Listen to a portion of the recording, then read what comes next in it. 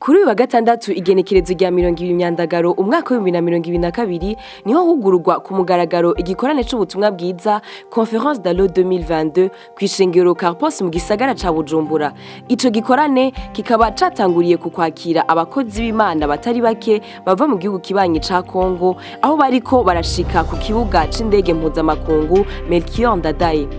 Umwungere Jean-Claude Makaka arongoye ishengero Karpos aratubwira uko ico gikorane gitunganije. Hari ibintu byinshi tuza kwibaza nico gituma igikorane twagihaye umwanya ukwiye kugira twige neza ingene dutegereza gukorera Imana muri kino gihe. Hari amamedia, hari umuntu ashobora kuba ari muhira akumva amerewe neza ari mu isengero kandi ari muhira akaririmba mu modoka. Eske umuntu yotazira Imana ari mu modoka?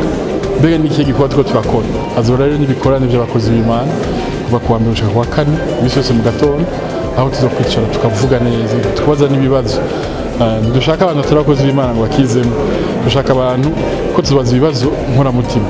Umuririmbyi Alain Paluku yatsindiye agashimwe ka Majab Talent ka mbere ari mu baririmbyi baje bavuye mu gihugu kibanye ca Kongo nawe aratera akamo abanyagisagara kuzokwitaba ico gikorane.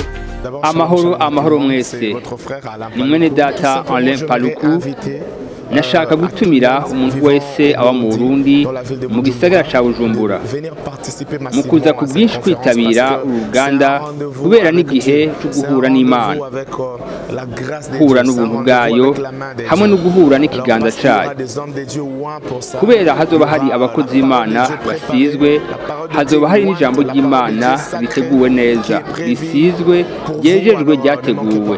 Umwe mu bakristo bo mw'ishengero Karpos aratubwira kuco biteze muri Conférence DALO 2022. Muri iki gikorane twiteze byinshi cyane kuko turazi neza yuko ataco Imana ikora ku bisabusa.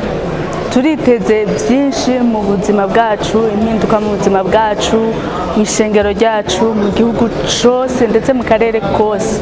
Twamenyesha ko ico gikorane ari inshuro igira kabiri kibereye mu gihugu c'u Burundi kikaba catanguye kuri uyu wa Mungu kikazomara imisi indwi aho kizosozerwa n'igiteramo gikomeye kizohuza abaririmbyi bavuye mu gihugu ca Kongo hamwe n'abahano mu gihugu iwacu.